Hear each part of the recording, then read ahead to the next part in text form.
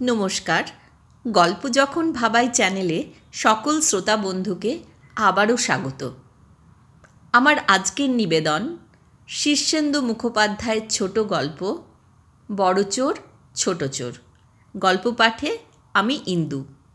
গল্পটা ভালো লাগলে লাইক, শেয়ার, সাবস্ক্রাইব করে পাশে থাকার অনুরোধ রাখলাম। তাহলে শুরু করি আজকের গল্প বড় চোর ছোট চোর। হরেকেষ্ট বোষ্টমের বাড়িতে চুরি করতে ঢুকতে যাবে এমন সময় শীতল সাধুখার সঙ্গে একেবারে মুখোমুখি। নবুদাস কাচুমাচু হয়ে বলল, শীতলদা যে। শীতল একটু উচ্চাঙ্গের হাসি হেসে বলল, দিনকাল কি পড়ল রে নবু? মগজ পাকল না, হাত মক্স হলো না, গুরুবরণ হয়নি, দুধের ছোকরারা সব লাইনে নেমে পড়ল। ছি ছি, বিদ্যেটার ওপর ঘেন্না ধরে গেল রে।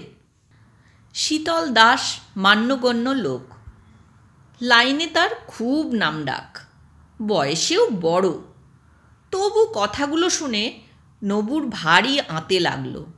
বলল, দেখো শীতল দাদা, আমাদেরও ঘর সংসার আছে, আমাদেরও পেট চালাতে হয়। একজন লুটেপুটে খাবে আর আমরা আঙুল চুষব, এ তো নিয়ম নয়। আর মগজ পাকার কথা বলছো, মগজ কি আর ঘরে বসে থাকলে পাকবে? কাজে নামলেই মগজ খোলে। আর হাত পাকানোর কথা যদি বলো, তাহলে আমিও বলি, গেল হপ্তায় কি আমি বিদ্যেধর মণ্ডলের লোহার সিন্দুক ভাঙিনি? শীতল কঠিন হাসি হেসে বলল, তা ভেঙেছিস, তবে পেয়েছিলি তো লবডঙ্কা।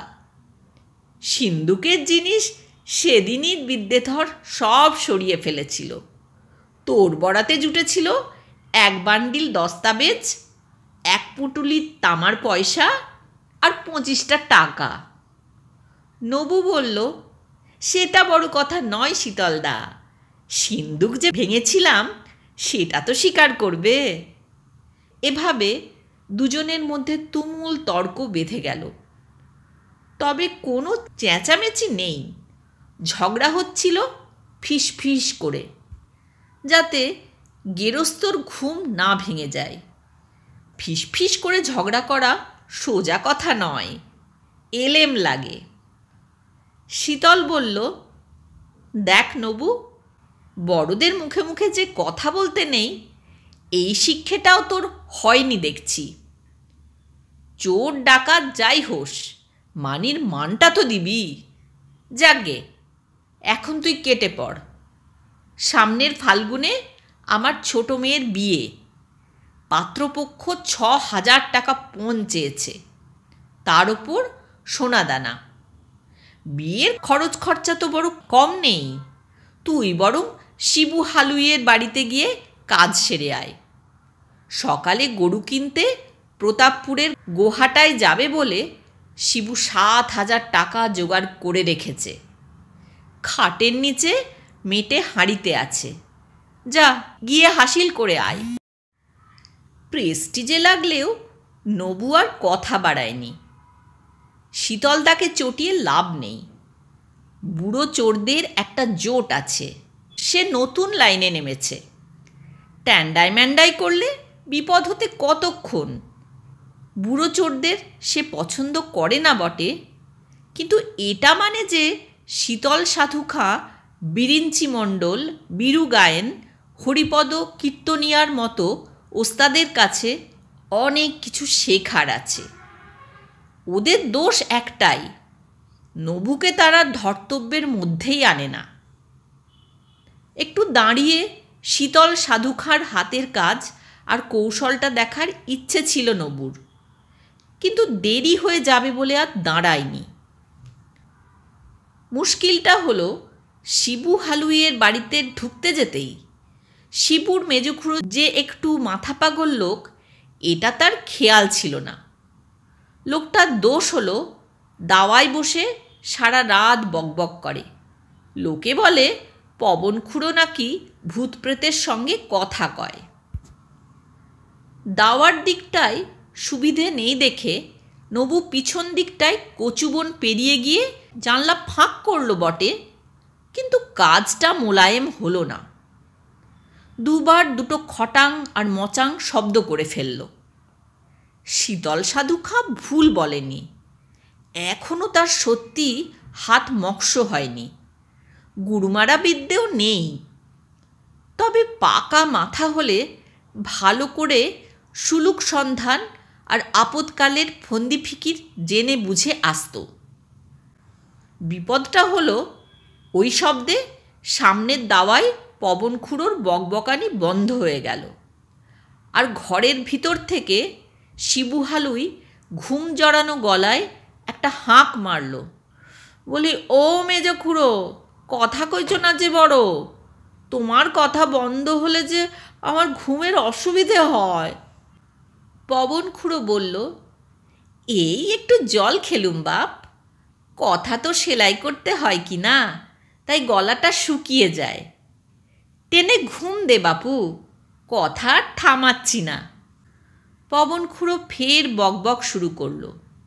শিবু হালুয়েরও নাক ডাকতে লাগল। নবু ডিং মেরে জানলা গলিয়ে ঘরের ভিতর সেঁধিয়ে গেল, কিন্তু খাটের নিচে নজর করে বড্ড দমে গেল সে। মেটে হাঁড়ির যেন হাট বসে গিয়েছে, গিজগিজ করছে মেটে হাঁড়ি। এর কোনটায় হালুয়ের 7,000 টাকা আছে তা কে জানে। প্রথম হাঁড়ির মুখ থেকে মালসা সরিয়ে হাত ঢুকিয়ে দেখল, গলা অবধি ধান। পরেরটায় চিটে গুড়, তারপরেরটায় তিসির তেল। কিন্তু হাল ছাড়লে তো হবে না। পরের হাঁড়িটা হাতড়ে দেখে নবু বুঝল জায়গাটা ফাঁকা, কিন্তু হাঁড়ি রাখার বিড়েটা পড়ে আছে, অর্থাৎ 4 নম্বর হাঁড়িটা যথাস্থানে নেই। তাহলে কি হাঁড়ি নিয়ে কেউ হাওয়া হয়েছে? গুটি 10 হাঁড়ি তল্লাশের পর হাল ছাড়তে হলো, কারণ পবন খুঁড়োর বকবকানি থেমেছে এবং শিবু হালুয়ের ঘুমও ভেঙেছে। সে হাঁক দিল, এ খুড়ো, ফের চুপ মেরে গেলে কেন? চুপ কি আর সাধে মারি বাপ, তোর ঘরে যে ইঁদুর ঢুকেছে, বেজায় কুটুর কুটুর শব্দ শুনছি। বলি, টাকাগুলো যদি কেটে রেখে যায় তাহলে কাল সকালে কি দিয়ে গরু কিনবি বাপু? তাই তো বলে শিবু ধর্মর করে উঠে পড়ল। নবু লহমায় জানলা গলে বাইরে লাফ মেরে পড়ল। পড়েই ছুটতে যাবে, এমন সময় জানলা গলে আর একটা লোকও লাফিয়ে নেমে এসে ক্যাক করে তার ঘাড় ধরে দাঁড় করিয়ে বলল, আহম্মক কোথাকার, আর একটু হলেই যে কাজটা কাঁচিয়ে দিয়েছিলি রে হারামজাদা। লোকটাকে চিনতে পেরে নবু নিশ্চিন্তির শ্বাস ছাড়ল। শত্রুপক্ষের লোক নয়, এ হলো নিবারণ সরকার। তার নিবারণ দাদারও হাত যশ আছে। নিবারণ দাদার বউ রিকশা করে বাজারে যায়, তার খোকাখুকিরা প্রাইভেট মাস্টারের কাছে পড়ে, বাড়িতে টিউবওয়েল আছে, দোহাতটা কামায়। নবু হাত কচলে দে তো হাসি হেসে বলল, পাকা খবর পেয়েই ঢুকেছিলাম, তবে ফসকে গেল। নিবারণ অবাক হয়ে বলল, কিসের পাকা খবর রে? সেই গরু কেনার 7,000 টাকা নাকি? সে তো আমি কখন গোস্ত করে বসে আছি। 7,000 তো এখন আমার ট্যাঁকে। একটা হাঁড়িতে খানিক আমসত্ব পেয়ে গেলাম বলে এই দেরি। ও জিনিস তো আর হালুম হুলুম করে খাওয়া যায় না, চিবিয়ে রসস্থ করে খেতে হয়। তা তোর জ্বালায় কি আর শান্তিতে বসে খেতে পারলুম? নবু লজ্জায় হতমুখ হয়ে একটা দীর্ঘশ্বাস ছাড়ল। নিবারণ বলল, ওরে মন খারাপ করিস না, রাত কাবার হতে এখনো মেলা দেরি। নন্দরামের ছেলের বিয়ে গিয়েছে পরশু দিন। শুনেছি পণের টাকা নন্দরামের বালিশের তলায় আছে। তা কম হবে না, 1000 তো বটেই, বেশিও হতে পারে, দেখ চেষ্টা করে। নবু প্রমাদ গুনল। একসময় নবু নন্দরামের বাড়িতে মুনিশ খাটত। হাড় ভাঙা মেহনত করে মাসকাবারে 30টি টাকা মাত্র জুটত।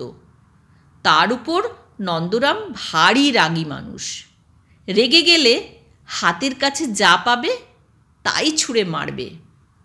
গরু হারিয়ে যাওয়ায় নবুর ওপর রেগে গিয়ে তার দিকেও ছুঁড়ে মেরেছিল বটে। তবে তখন নন্দরামের জলখাবারের সময় বলে হাতে ছিল একটা লুচিতে জড়ানো রসগোল্লা। তাই বড়ার জোরে নবু বেঁচে যায়।